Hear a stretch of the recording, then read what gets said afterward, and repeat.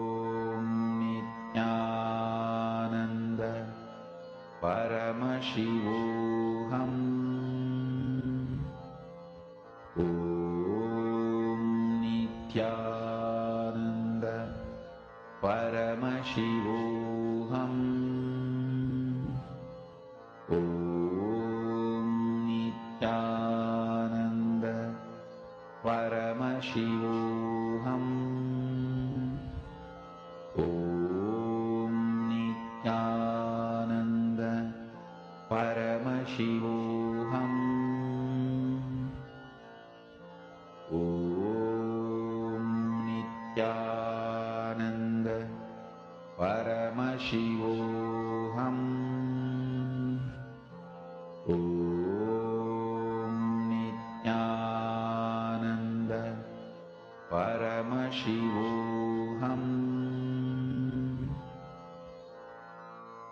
Mahamahavaagya, spiritual lullaby for samadhi, and Suprabhatam, wake up call, wake up song for Paramashiva.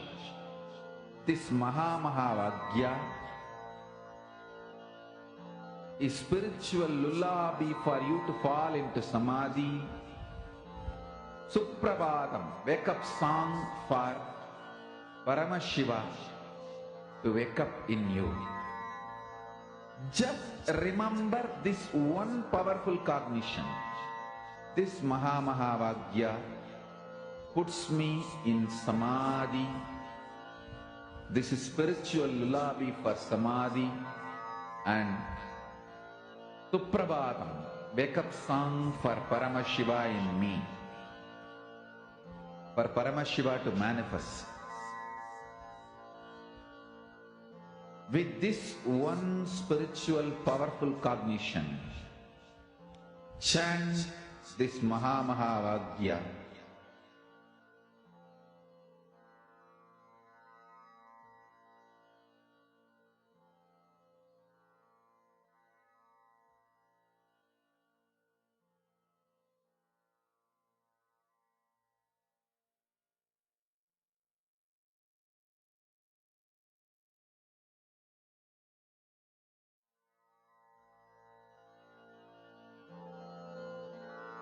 Mahamahavaagya, spiritual lullaby for samadhi, and Suprabhatam, wake up call, wake up song for Paramashiva, for Paramashiva to manifest. With this one spiritual powerful cognition, chant this Mahamahavaagya. Om Nithyananda Paramashivoham. Om Nithyananda Paramashivoham. Om Nithyananda Paramashivoham. Om Nithyananda Paramashivoham. Om Nithyananda Paramashivoham. Om Nithyananda Paramashivoham.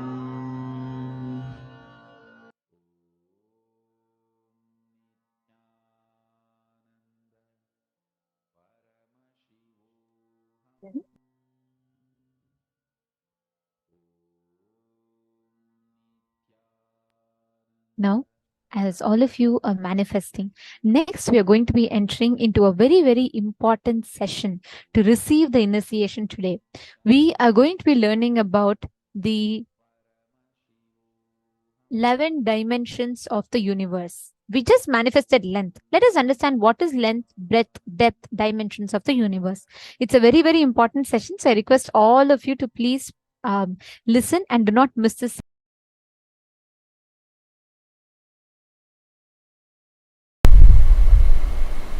With the introduction to the 11th dimension, the intensity of your powerful cognitions will just shoot up.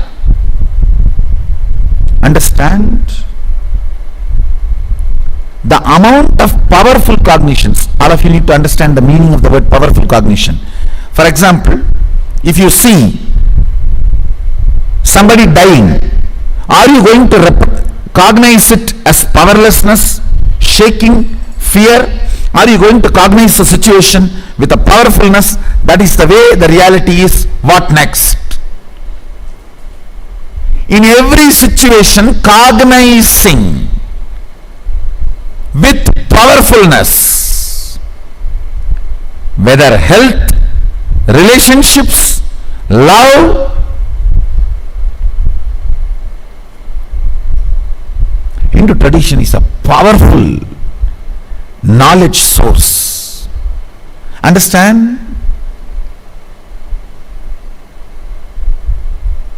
Thousands of years before Mahadeva has spoken about this 11 dimension, modern day science is still sitting with the 5th dimension. Mahadeva has gone to 11 thousands of years before, and you need to know, in Hinduism 11 genders, not 3. West talks only about 3. Male, female, and the whole thing, everything they classified into LGBT. In Hinduism 11 genders. Male biomemory in female muscle memory. Male muscle memory in female biomemory. And same way there is a clear description of experiences of these 11 dimensions. If 25 states of consciousness knowledge is shared with the world, whole psychology, psychiatry, this department will collapse. About everything.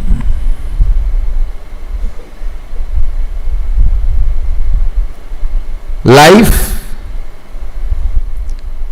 desire, good, bad, purpose of life, right, wrong,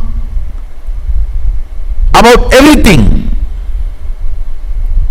Having powerful cognitions,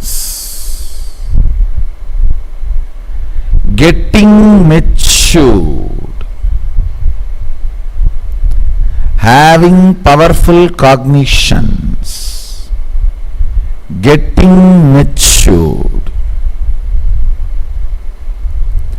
Because of that powerful cognitions, manifesting powers.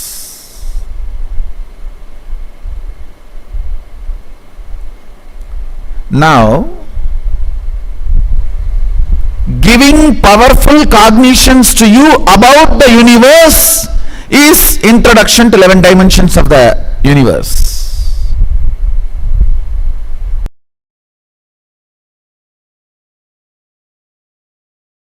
The 25 states of consciousness an individual goes through, and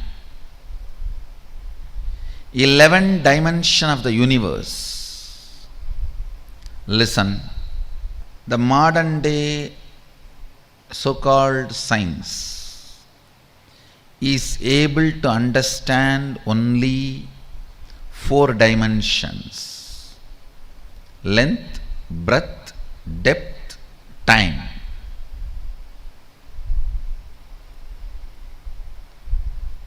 But the ancient science, the Sanatana Hindu Dharma, elaborately describes the 11 dimensions and the beings exist in the 11 dimensions: length, breadth, depth, time and space. These are the 5 unit dimensions, and the permutation combination of that 5, length, breadth with the time space, breadth, depth with the time space, length, depth with the time space, the various permutation combinations of These 5 basic dimensions forms 11 dimensions of the universe.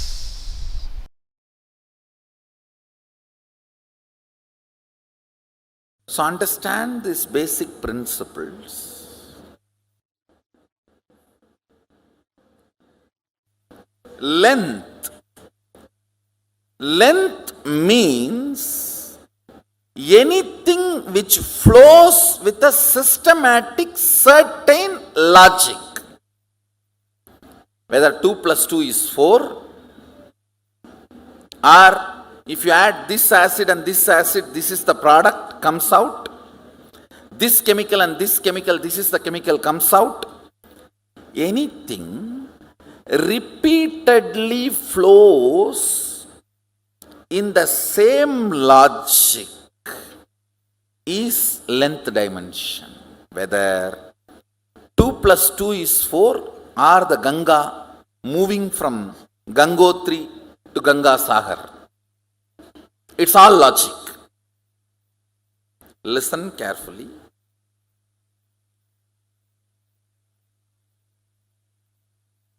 All logic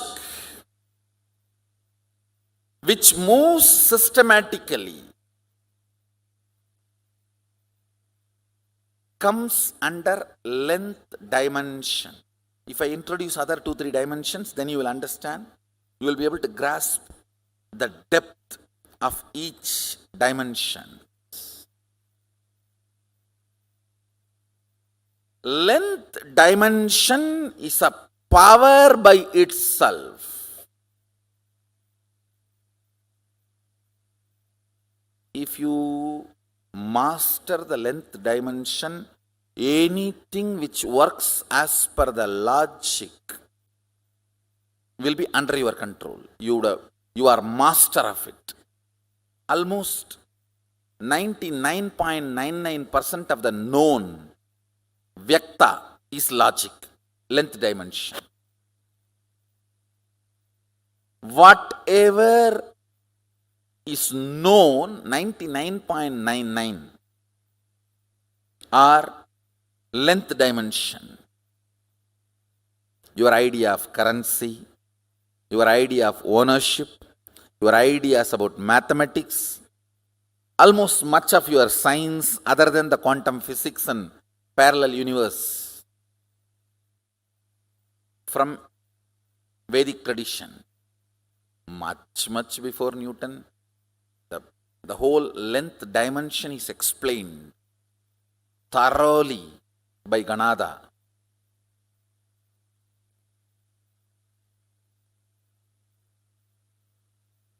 All this which functions with a clear logic is a length dimension.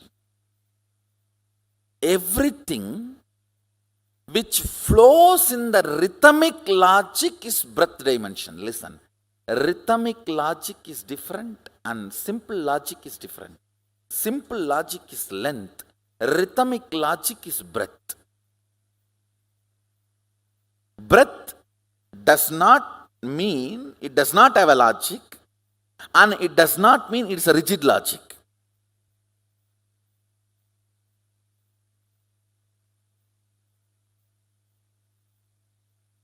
See, I want you to know these dimensions, only then I can take you to the next level of experience. Otherwise, when I give you the experience, you will be overwhelmed. See, with understanding about these dimensions, you yourself will know how the powers are manifesting. And you will start playing with them. You getting comfortable with your consciousness and manifesting powers will start happening once you understand these 11 dimensions. Now, see, I have a responsibility. I have to give you this knowledge without giving you suffering. Mahadeva puts that word. There's a clear command. Knowledge has to be given without suffering. All language, all mathematics, all data analysis, all the statistics, all this comes under length dimension. Rhythmic flow of logic is breath. Means, it's not that length is not there, but it is not rigid length. It's not rigid logic. Like dance, music, poetry. Poetry is the breadth dimension of language. Silence is the depth dimension of language. Speaking is the length dimension of language.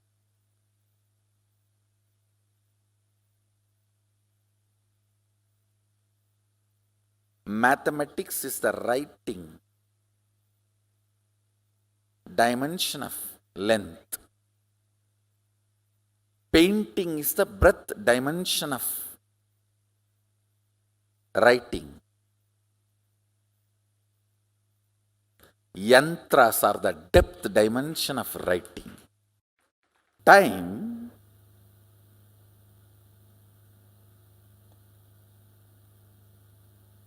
is a frequency dimension of the universe,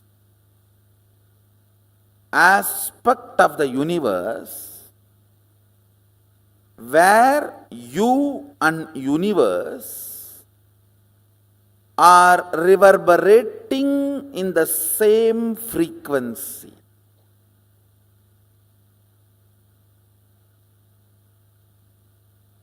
Unit of time of the sun, moon, Kailasa and you is one and the same. Listen, yesterday I said, our 1 year is 1 day for them, but unit is same. Only quantity difference. How many of you are understanding? It's only quantity difference, but not. So in Tattva, principal unit, listen carefully. Your logic and logic of the Devatas are different. They are not same. Your breath and Devata's breath, not that far away, little closer. Your depth and Devata's depth, little more closer. But in time, your unit of time and their unit of time is one and the same. There is only quantity difference. Tattva, fundamental principle unit is same. How many of you are getting it?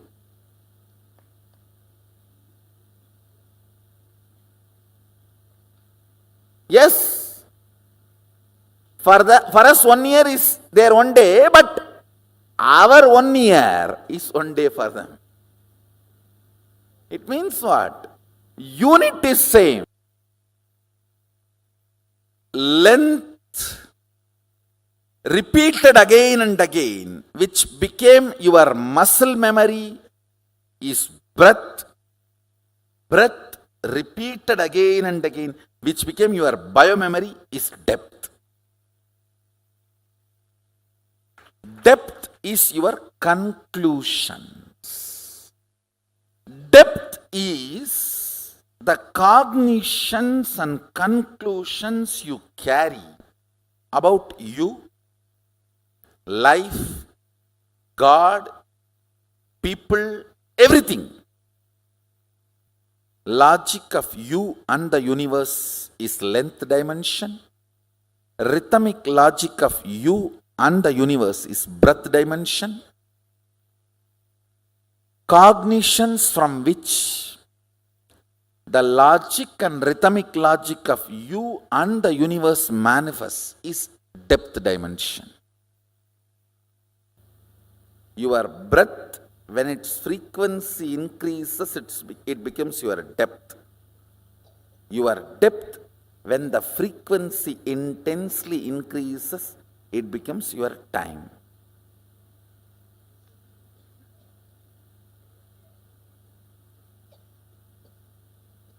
In breadth, length is included. In depth, length and breadth is included. In time, length, breadth, depth is included. This fourth dimension is the space where your so-called normal human life faces a breakthrough. Listen carefully. Anybody who is introduced to the time dimension, Kala, manifests even one or two powers related to Kala. You are liberated from death. Listen carefully. You need to know the principal unit why you are manifesting powers or why you are not manifesting powers.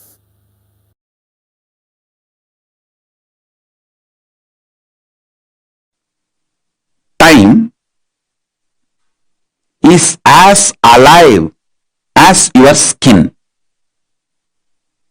If you believe, cognize, your skin is alive. If somebody massages your skin, you feel good. If somebody cuts it, you feel bad, pain. How much your skin is alive, that much, I should say little more than, much more than that, time is alive skin of the cosmos. Listen, where your skin ends, the skin of the cosmos, which is called time, starts. Actually, your skin and the skin of the cosmos both always touch each other. You can't be away from cosmos. Understand this?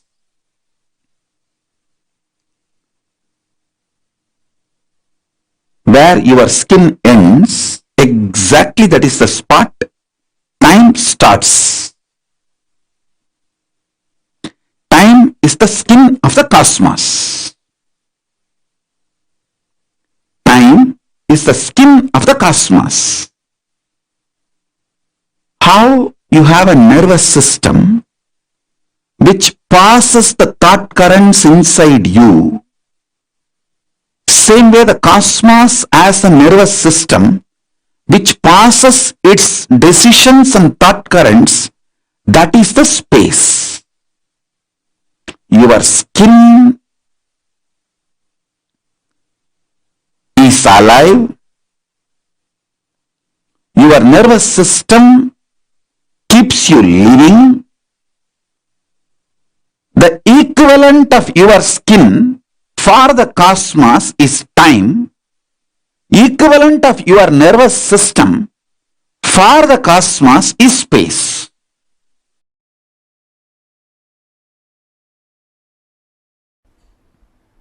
Listen carefully.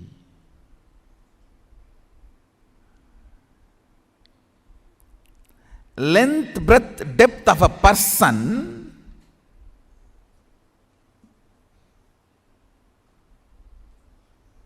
is not he.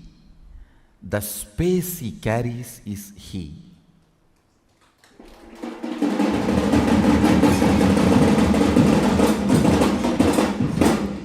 When I say length, breadth, depth of a person, I speak in both the meanings. One, logic, heart and cognition.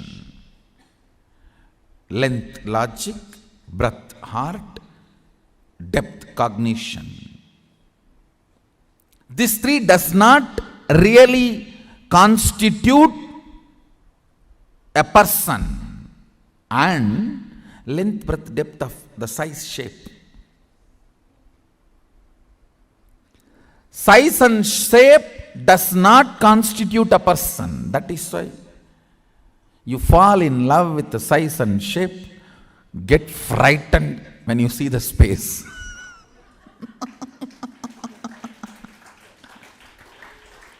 Get thoroughly terrorized. Getting mesmerized by the size and shape and getting terrorized by the space is called marriage. A full cycle of marriage is getting thoroughly mesmerized by the size and shape, length, breadth, depth, and getting thoroughly terrorized.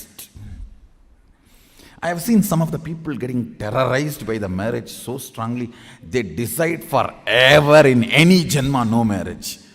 A lot of people are deciding that. That is why more and more by birth the attitude and aptitude moves away from male female. Length, breadth, depth does not constitute a person. Understand, the space you carry decides who you are. Your polished vocabulary, your sophisticated poetic body language, your cute romantic behavior, you will not be able to keep all this consistently even if you are an amazing actor. No. No. Be very clear.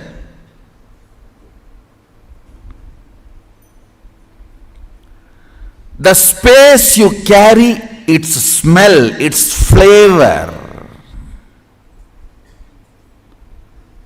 comes out of you like energy.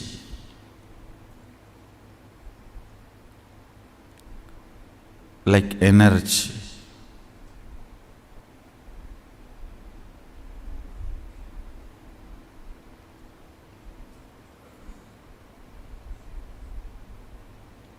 Many of the Indian restaurants use this as a tactic. They release a certain masala flavor. That whole area will have that masala flavor. The moment you enter that zone, you will feel like eating. That is also again like a marriage only. You go to the restaurant and you order what do you want. Then when you see what the other person has, you always wish you had ordered for that. And the other person is feeling the same.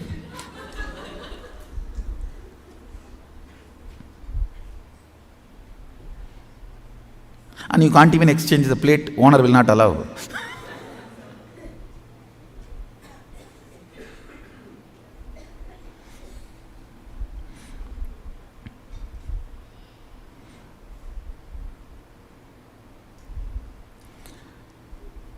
The smell, the flavor of your space,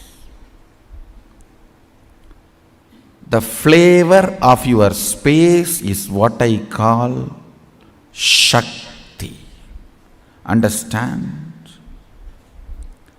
The explosion happening in your inner space is Shakti. Please listen. This is the good news for you.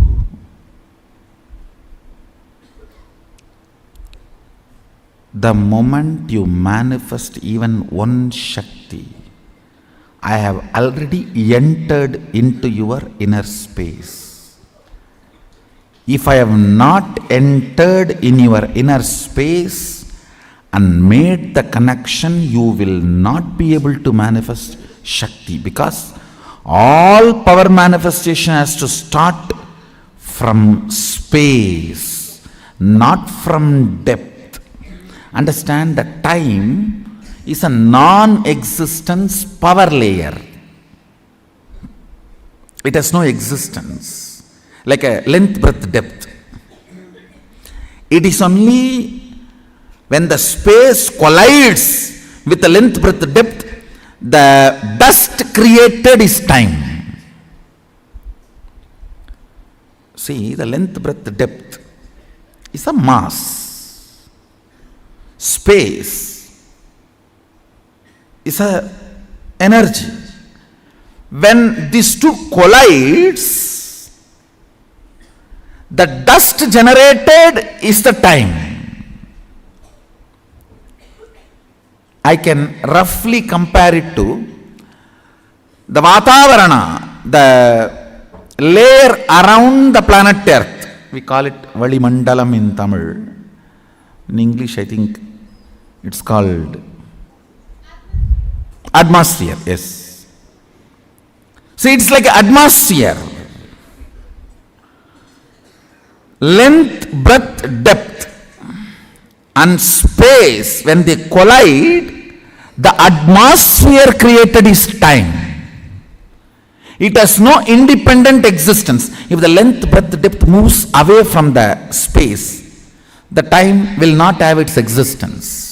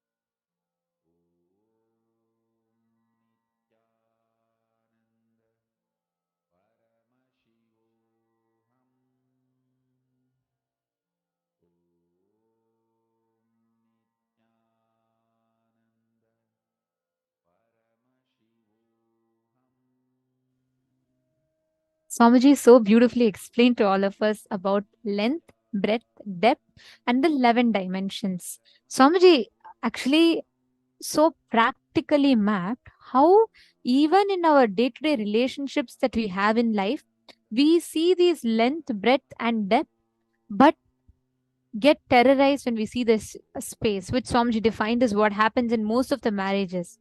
But in that, throughout this whole satsang, there was very, very important revelation, one that I clicked with so much.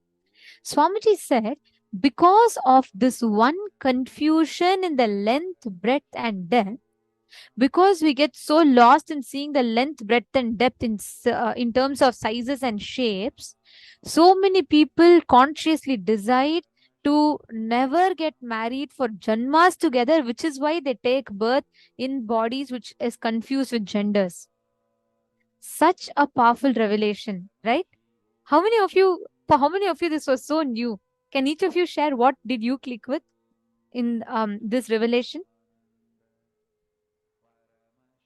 Can I request each of you to please share?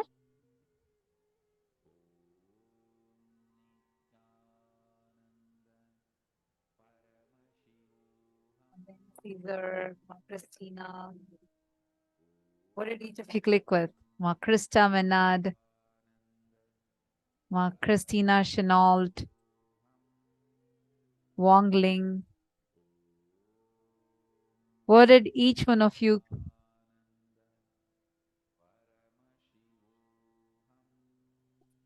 I think these 11 dimensions will open us up to the different portals where you will be able to experience the higher dimensions of reality in front of us.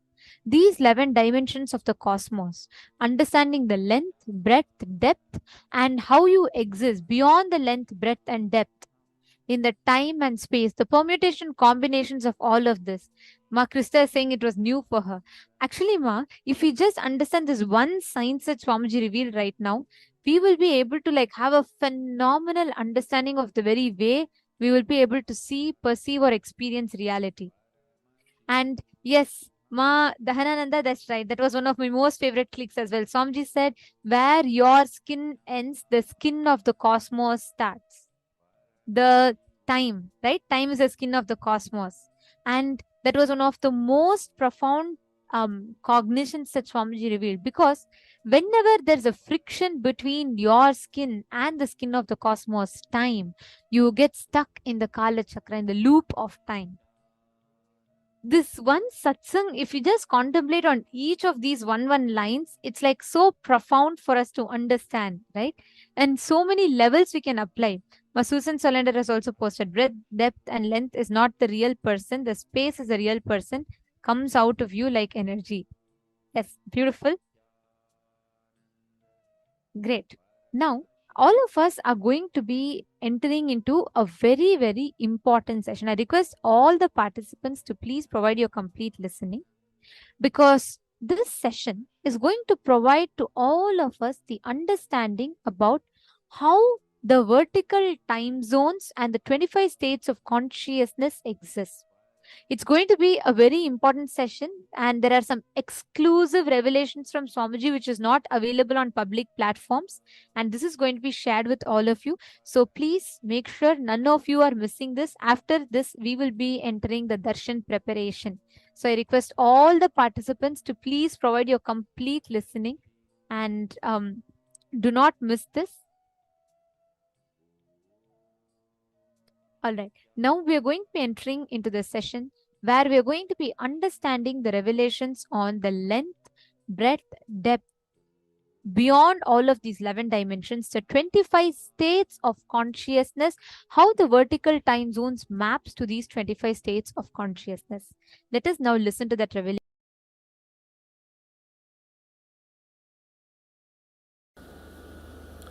You have two levels of existing. Listen carefully.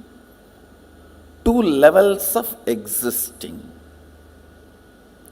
One with the thought currents, without the thought currents. With the thought currents means active inner image, constantly spitting thoughts.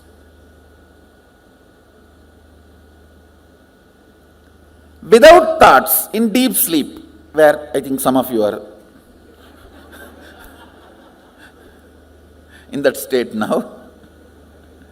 If you are not hearing me, you are in that state. If you are hearing me, you are not, fortunately.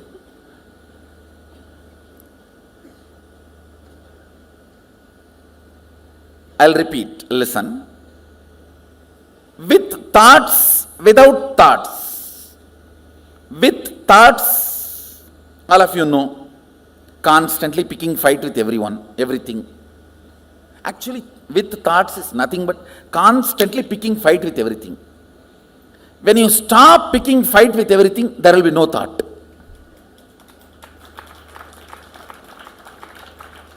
Thought is tan in your existence. When there is uneasiness and you decide to pick fight with some part of you or the other, then comes thought.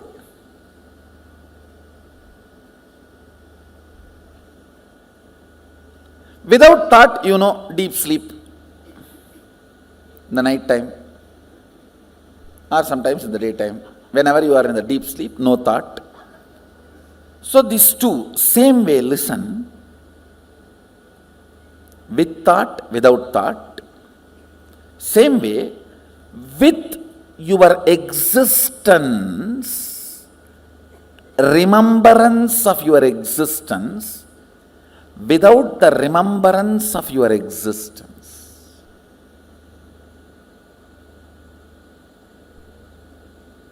Listen. Listen. You need to listen to these words very carefully. With the idea, I exist, I consciousness. Without the idea, I exist. These two states, how many of you are able to understand? See, now, all of you have the idea, I exist. Am I right? The deep sleep, do you have that? That is why it is sleep.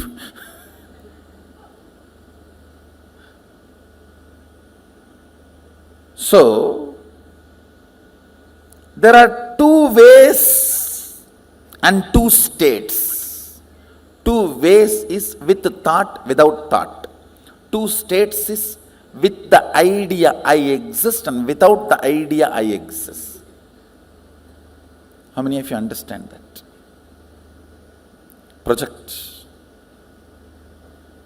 Projector. Listen.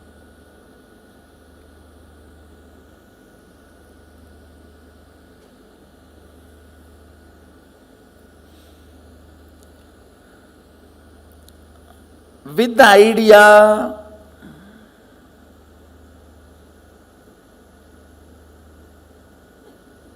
I exist, and with thoughts, listen carefully, because you need to understand this unit.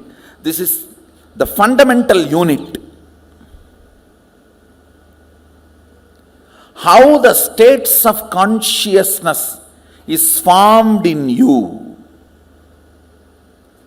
Why you go through what you go through in your life. Understand, ignorance is not cute. Ignorance of traffic rules is not going to save you from the traffic ticket.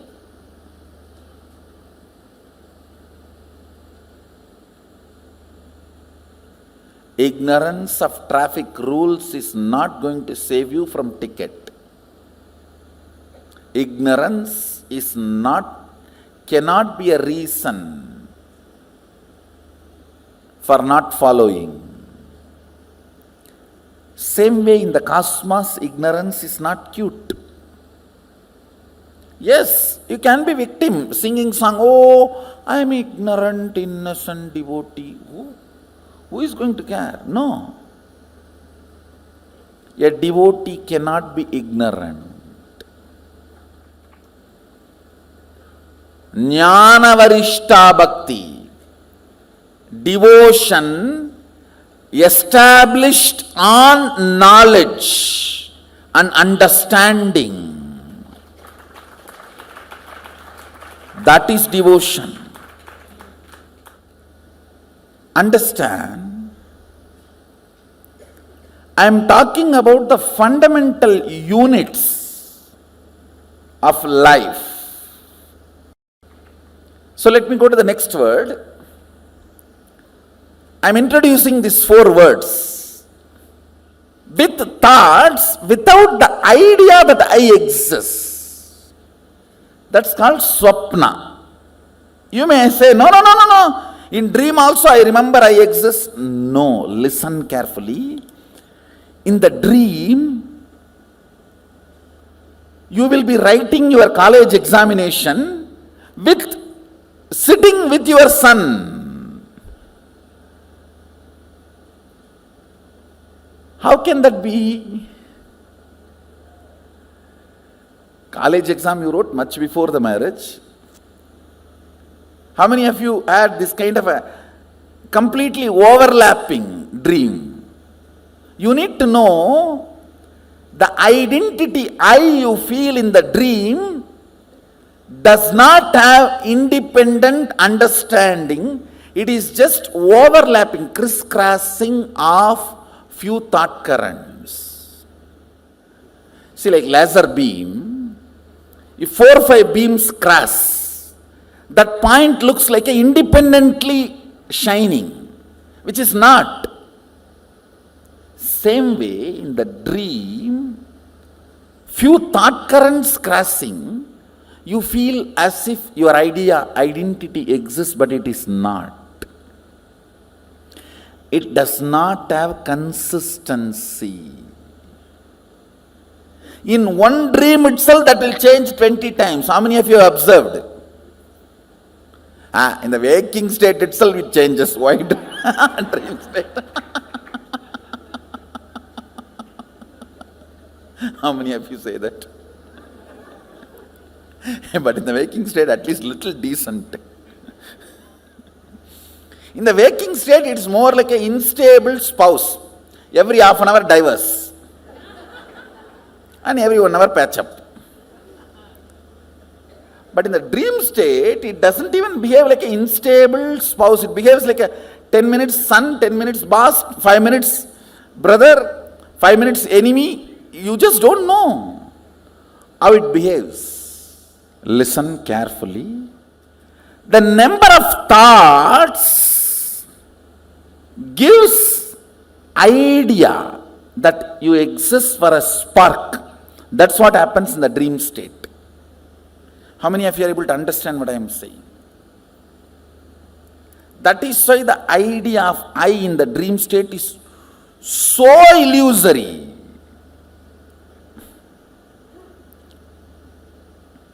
Many times you don't even remember you when you come back from dream. What was your idea about you? Seen but does not exist. That's a direct translation of the word swapna. Seen but does not exist. Where the idea of I does not exist, but the thoughts exist. Means the frequency of the thoughts is much higher. The idea of I, it has no existence. That frequency is almost like a zero. Then third word I am introducing, listen, where neither the idea I exist nor the idea thoughts exist. That is what is called deep sleep, sushupti. These 3 all of us experience in our day-to-day life. The 4th word I am going to introduce, it has no word. That is why it is called turiya. Turiya means 4th in Sanskrit. In Sanskrit, the word turiya means 4th. That's all. Because there is no word for it. Where the idea that I exist is there. I am there, but there is no thoughts. That is called the fourth state, Turiya. With the idea I exist, but without thoughts, is Turiya. With I plus with thoughts is waking state. Without I but thoughts is dream state. Neither I nor thoughts is deep sleep state. Only I, no thoughts is Turiya.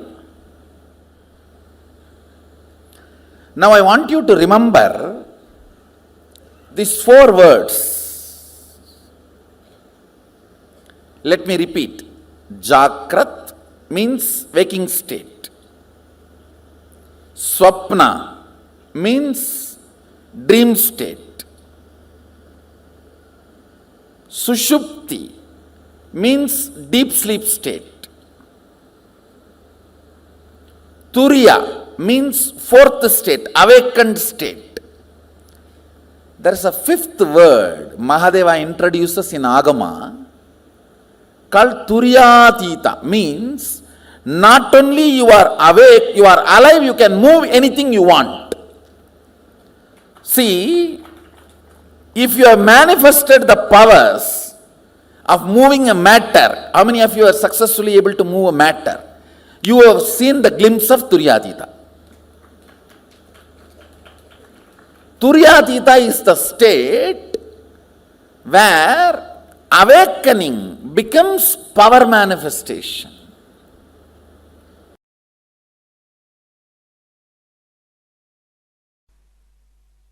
All these 5 states, deep sleep, dream, waking, awakened, alive, all these 5 states in Sanskrit, Sushupti, Swapna, Jakrat, Turiya, Turyatita.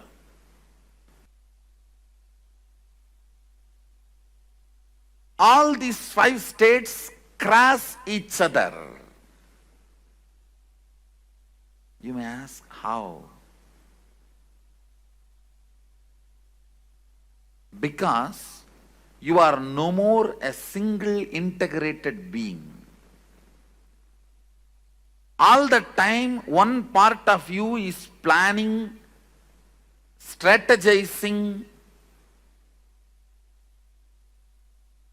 about your future and possibilities. The other part of you is just interested in denying you, which is strategizing. The part which goes on strategizing about you and your future is called mind, head, intellect, logic. The part which goes on denying you does not want the direction. Not because it is right or wrong, just it does not want. It's like a tantrum throwing child, what you call as heart emotion. Please understand, you have been given a very wrong idea, your heart and emotion is always right. No. Both are corrupt. Understand, both are corrupt. Both carry deep incompletions. Heart wants something just because it does not want that. Heart denies something just because head wants it. It's not that always heart is right. No. If you feel heart is right, no. You are wrong. Head is wrong. That does not mean heart is right. Head is wrong does not mean heart is right.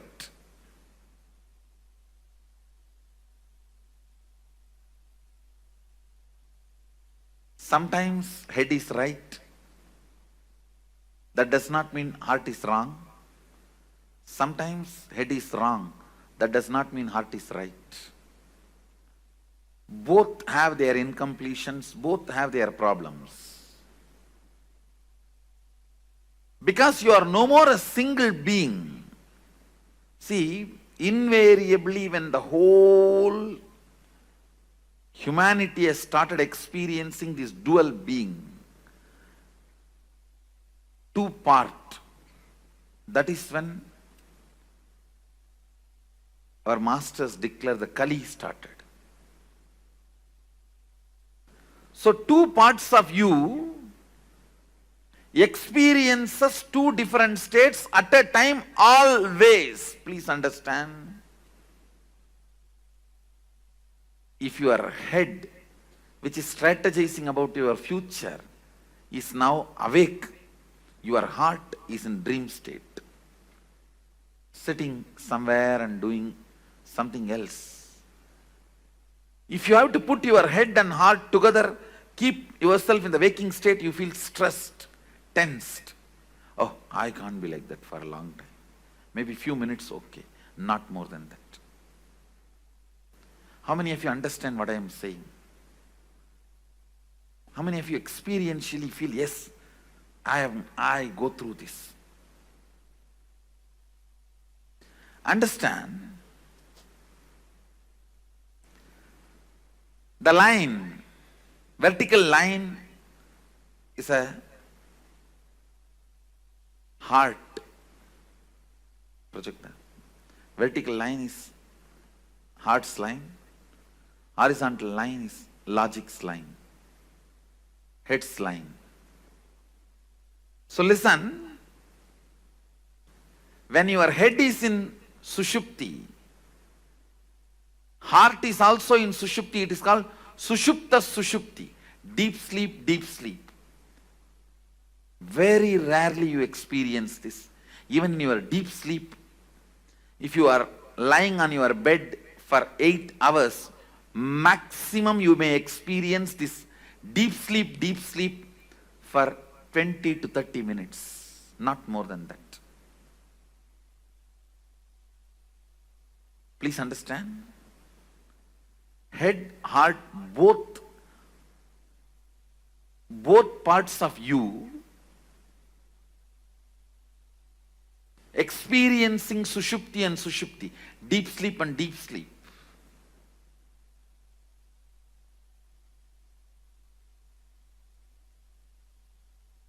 It may happen just for a few minutes.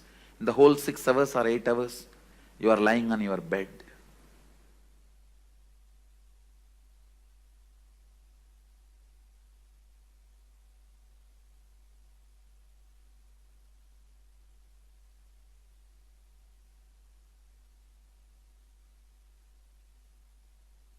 When your head experiencing dream state and your heart experiencing deep sleep,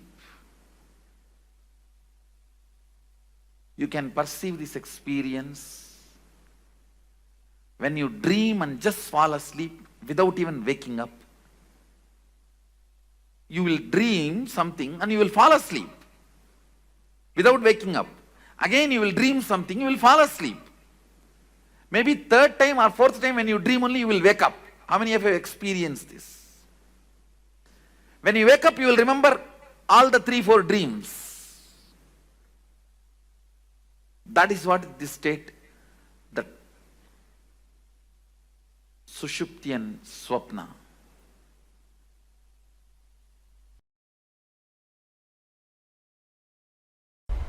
How many of you are understanding? State is not bad. Understand, all these 25 states of consciousness is 25 dimensions of you. You are 25 faces. You are 25 dimensions. In the waking state, how you are able to control larger part of you. You can control your hands, you can control your legs. Many things you can control in your waking state. When you want, you can get up and go and pick up a cup of tea. When you want, you can go and use the restroom. In the dream state, if you find a restroom, don't use, it's a trap.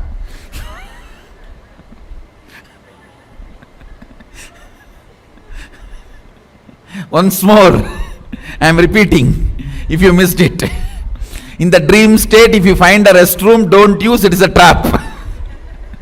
When your bladder is full, it is capable of sending instruction to your brain, and the whole restroom will be built. And you will be made to feel comfortable. Only things are a little wet or hot, you realize what has happened. Understand your ability to have power over your internal and external things makes certain state is good or bad. That's all.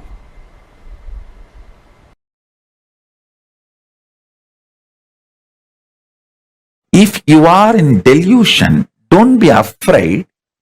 It is actually delusion kicks you to the next level of liberation.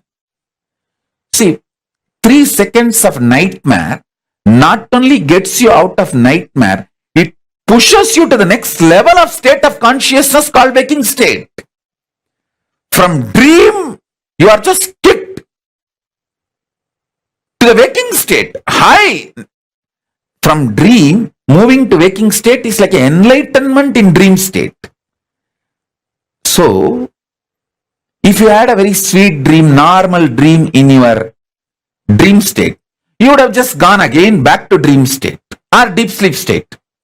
But if you had a nightmare, you can neither go back to dream state or deep sleep state. You have to be kicked to waking state. So, delusion in the delusion in the dream state is nightmare. But ultimately that nightmare does a great good thing that you are enlightened, pushed out of the dream state to the waking state. From waking state, if you are pushed to the Turiya, that is enlightenment. Same way, from dream, if you are pushed to waking, that is enlightenment in this level. Understand? Enlightenment means getting pushed to the next higher state of consciousness. From deep sleep, if you are pushed to the dream state, that's one level enlightenment. From dream state, if you are pushed to the waking state, that is one level of enlightenment. From waking state, if you are pushed to the Turiya, that is next level of enlightenment. From Turiya, if you are pushed to Turiyatita, that's the next level of enlightenment. So understand,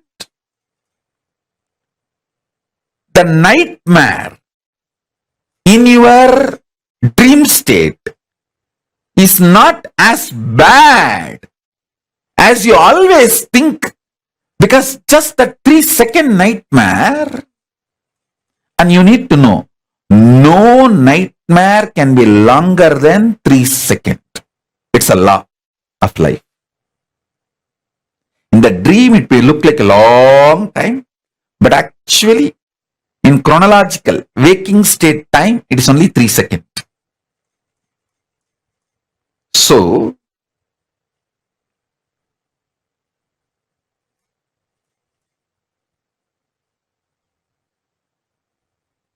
all nightmares are enlightenment in the dream state, because it has pushed you from dream state to the waking state, which is a level of enlightenment as far as the dream state is concerned.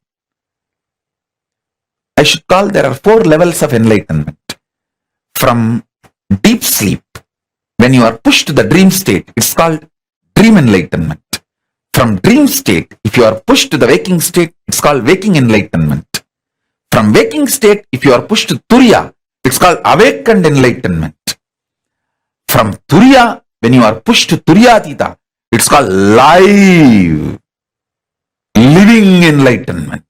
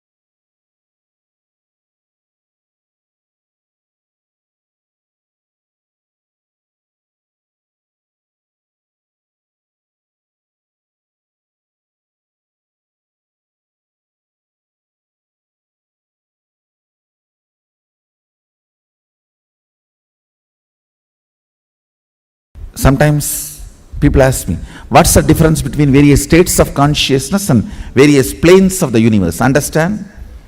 If you go to dream state and come back, what you see in the dream state, what others see in their dream state will not be same. Both of you may be sleeping in the same room. But when you go to dream, the world will be different. When he goes to dream, the world will be different. But conscious planes, the multi-dimension planes of the universe means like a Tapoloka, Satyaloka, Kailasa. If he gets into Kailasa and you get into Kailasa and come back, description will be same. The scene will be same. Listen carefully. The various states of consciousness is more like the subjective truths. Planes of the universe means subjective truth becoming reality in the universal plane. Understand? How? Now all of you experience the same in this Jakrat plane. This wall is same for all of you. This mic is same for all of you.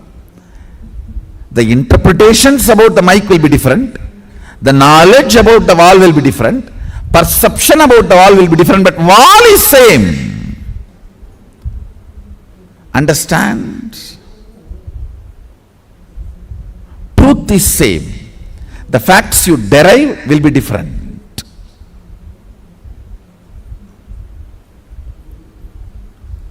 So this is the plane of Bhu.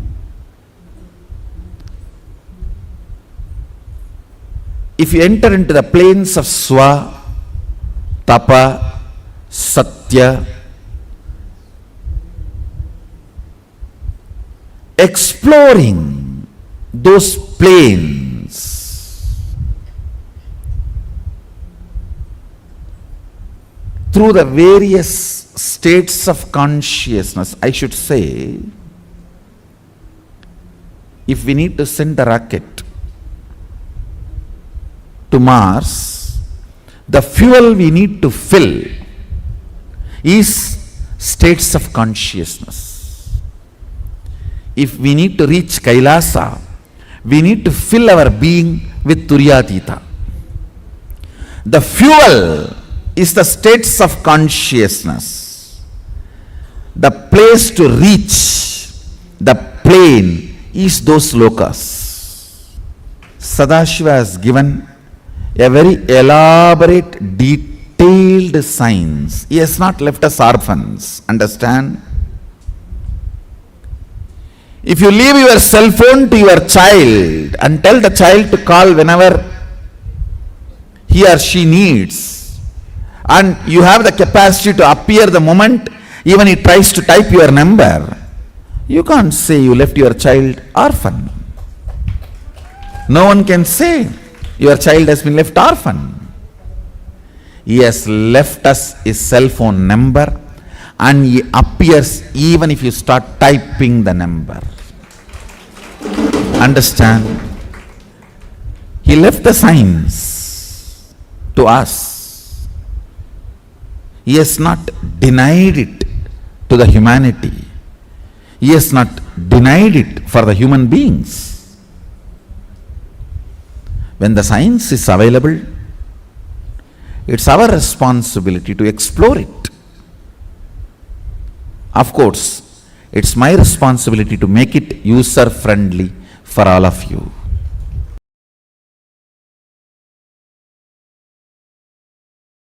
Yoga has religion, that is Hinduism.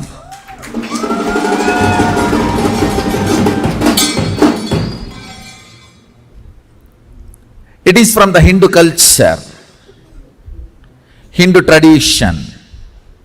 Yoga has evolved. Hindu thought current. Yoga has evolved. It's a gift we gave it to the world from the Hindu thought current. The original Vedic and Agamic description, definition of yoga, 3 levels: the science of exploring various powers,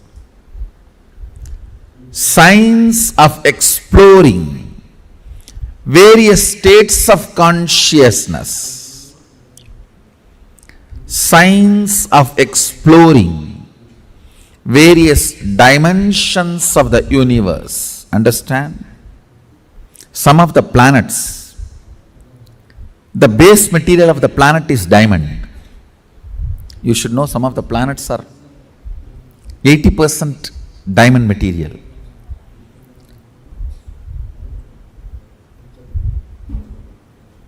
When we have access to the planets and able to transport, what will happen? Nobody can describe. Whether diamond market will collapse or value of our wealth will go up, we don't know.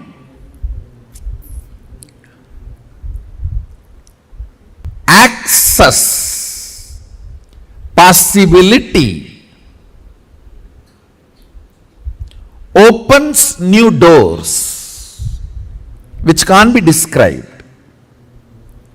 You do not know the result and end result. You do not know what all other doors can open through this. Same way, access to the multi-dimensions of the universe, you do not know how many new possibilities and doors open. And not only Hindu tradition talks about access to other lokas, other planes of universe, it was a very common practice. In Hindu tradition, human beings having access are those beings contacting human beings. I don't even want to say in the modern day people are not doing it. No, we have enough of people who are doing it even now. The body which is fueled only by Sushupti, Jakrat Swapna means deep sleep, dreaming and little waking state once in a while because of cup of coffee. The body which was being dragged, functioning only with these states, if even little Turyatita is mixed, it is like, oh, wow. Today I'll put little Turyatita. You will see the kind of a alchemy change in the system. God, what is going on? What is he doing to my system? I am just changing the fuel. Multiple things will happen. One, a thorough healing of the body. All the repaired parts get healed. All the friction disappears. Then, ability of your mind to see, perceive, cognize Jiva, individual self, Jagat, universe, Ishvara, Sadashiva. Ability to cognize Jiva, Ishvara, Jagat, ability to connect with the Jiva, Ishvara and Jagat becomes high when you are fueled with the Turyatita space and state.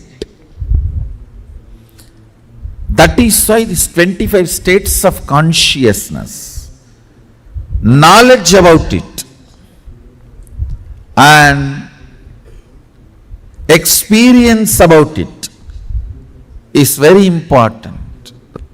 When the Turya and Turyatita gets into your system,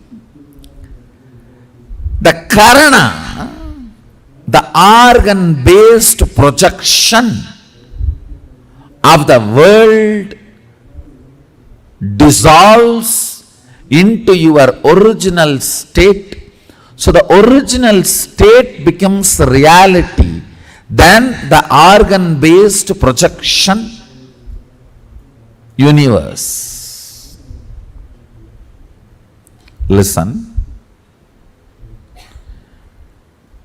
Organ-based projected universe, as long as you are perceiving it, you are pursuing it, it will all be love, hatred, good, bad, right, wrong, jumps in the life.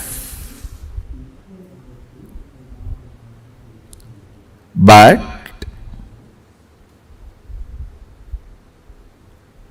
when Turya and Turyatita is added to your biomemory, bioenergy, suddenly you will realize yourself is a much deeper and higher reality than the organ-based projected universe.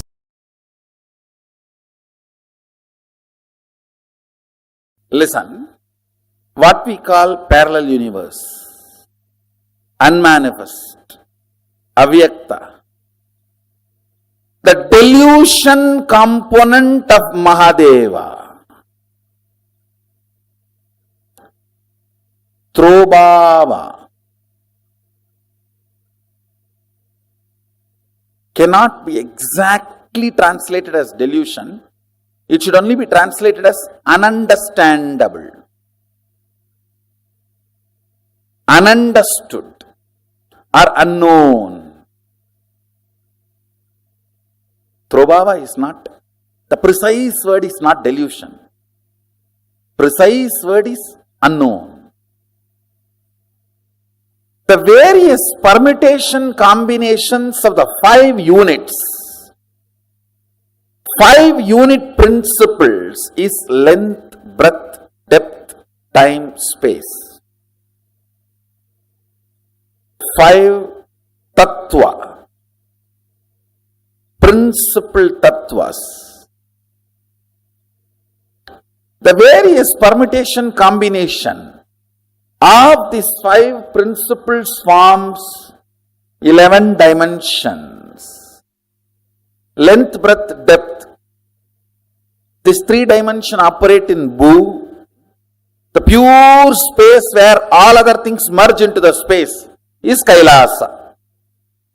The 14 lokas. Atala, Vitala, Sutala, Talatala, Bhatala, Bhur, Bhuva, Suva, Tapas, Satya. All those 14 lokas come under these 11 dimensions. Understand this 11 dimension, then I will initiate all of you. Not just educating, I will initiate also. Just I need to change the fuel in your body. The fuel with which you are functioning now needs to be changed. You will automatically have your